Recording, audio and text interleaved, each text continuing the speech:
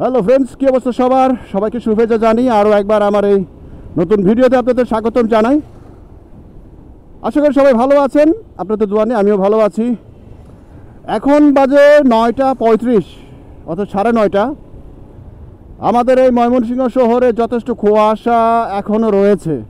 ভোরবেলায় প্রচুর কুয়াশা ছিল। আমি ভোরবেলায় যখন পার্কে হাঁটতে গেলাম,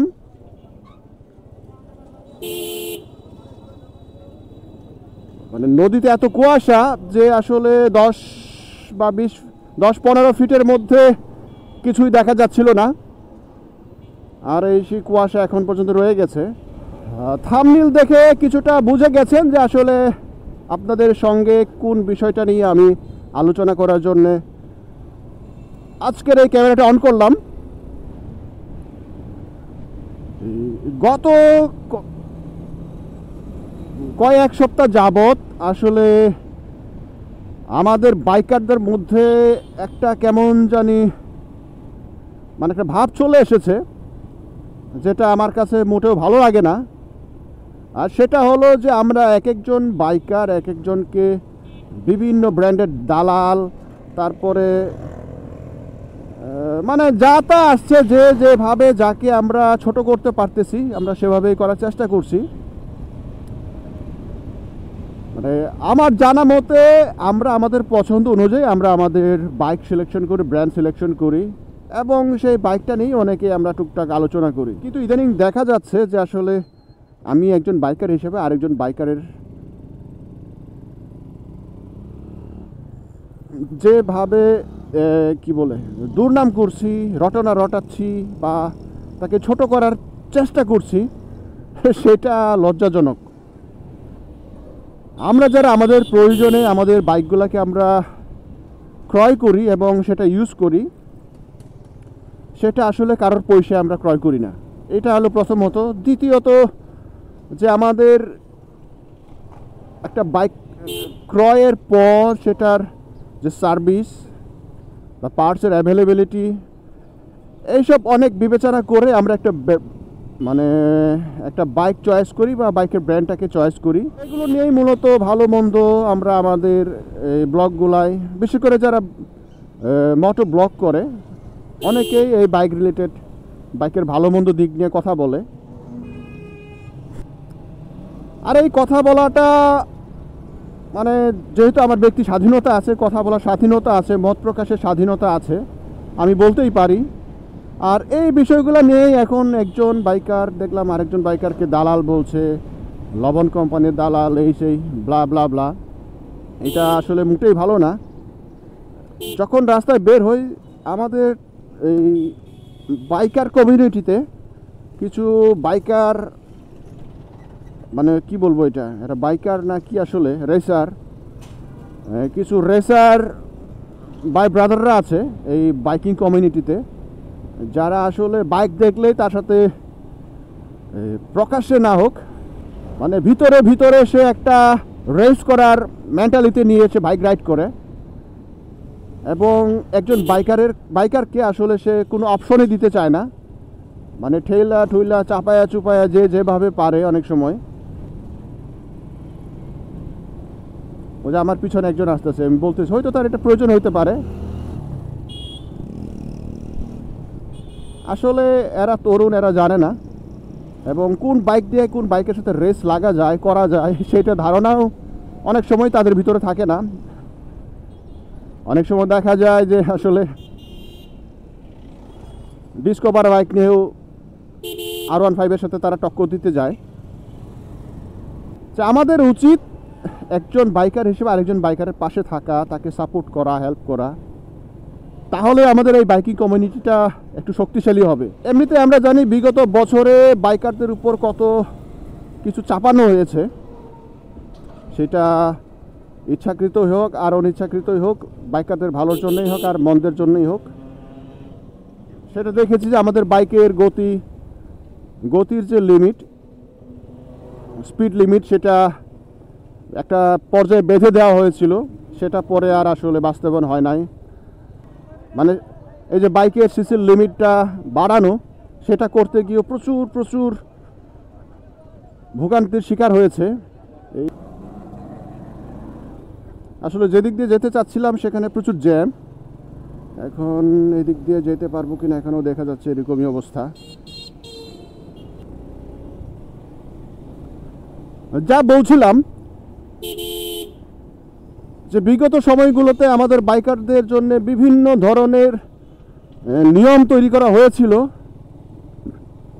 যেটা আমাদেরকে বিশেষ করে এই বাইকিং কমিউনিটিটাকে ডিসকারেজ করার মতো। আমাদের ওই স্পিড লিমিট করে দেওয়া হয়েছিল, তারপরে এই যে বাইকের সিসি নিয়ে অনেক কথাবার্তা, এই সেই বিভিন্ন মহলের বাইক বিরোধী পোস্ট, যে সিসি বেড়ে গেলে দুর্ঘটনার হার বাড়বে, এই সেই অনেক কিছু আসলে। এবং এটার পিছনে আমরা সবাই জানি যে পরিবহন খাত, বিশেষ করে যে সমস্ত বড় পরিবহনগুলো, পাবলিক যে ট্রান্সপোর্টেশন এই সংগঠনগুলো রয়েছে, তারা আসলে বাইকারদের বা বাইকিং কমিউনিটিকে খুব একটা পছন্দ করে না, কারণ বিশাল অঙ্কের টাকা তারা আসলে লস করেন। মানে সেই সব বিবেচনায় আমাদের নিজেদের বাইকারদের যদি একটা শক্ত কমিউনিটি থাকে, একটা গ্রুপ থাকে, কোনো কিছু হলে কিন্তু আসলে আমরা নিজেরাই নিজেদের জন্যে বা কোনো কিছুর অ্যাগেনস্টে আমরা ফাইট করতে পারবো আমাদের বাইকারদের বাঁচানোর জন্যে। যেহেতু আমাদের সেরকম কমিউনিটি নাই, মানে লিগ্যাল কোনো কমিউনিটি নাই, তাহলে সেই হিসেবে অ্যাটলিস্ট একজন বাইকার হিসেবে আর একজন বাইকারের প্রতি সহমর্মিতা, ভালোবাসা, এইটা যাতে থাকে, আমারও এটুকুই চাওয়া যে আপনারা আপনাদের কোনো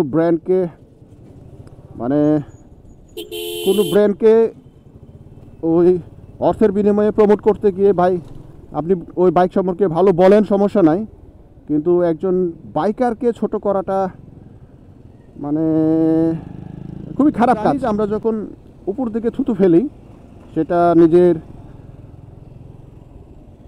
উপরেই পড়ে, আর আলটিমেটলি আসলে একজন বাইকার হিসেবে আরেকজন বাইকারকে যখন আমরা হেয় করি, ছোট করি, আর বাইকার হিসেবে সেটা এই দায়টা আমার উপরেই পড়ে, আমি নিজে ছোট হয়ে যাই। আসুন আমরা সেটা থেকে বের হয়ে আসি, একজন আরেকজনকে সম্মান করতে শিখি, প্রয়োজন হলে সুযোগ থাকলে আমরা সাপোর্ট করব। ও আর একটা বিষয় বলা হয় নাই যে আমি এখন যাচ্ছি মূলত হলো আমার ক্লাসে। এই জীবনের এই মধ্য বয়সে এসে আসলে আবার নতুন করে পড়াশোনা আরম্ভ করেছি, আর আমি মূলত আইসিটির উপরে পোস্ট গ্রাজুয়েট ডিপ্লোমা করছি বাংলাদেশ কৃষি বিশ্ববিদ্যালয় ময়মনসিংহে। আমার ক্লাস হয় শুক্রবার এবং শনিবার।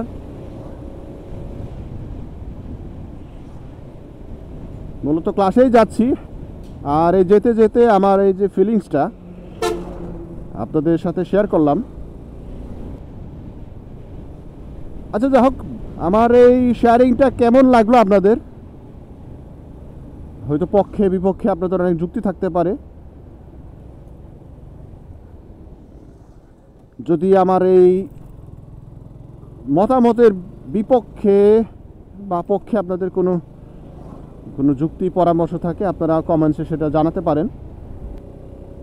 এই ময়মনসিংহে একটা জায়গা যেখানে ঢুকলে পরে আপনি আসলে অন্যরকম একটা অনুভূতি পাবেন। এখানে যারা এখনও ময়মনসিংহের কৃষি ভার্সিটি দেখেন নাই বা জানেন না, আসেন নাই, তাদের অনুরোধ থাকবে সুযোগ থাকলে একবার ঘুরে যাবেন। এর যে পরিবেশ, এর যে এনভায়রনমেন্ট, এর যে বিশালতা আপনাকে মুগ্ধ করবে অবশ্যই। যদি সময় থাকে, সুযোগ থাকে, আমি হয়তো একদিন এই পুরা ভার্সিটি ক্যাম্পাসটা আপনাদের সাথে শেয়ার করব।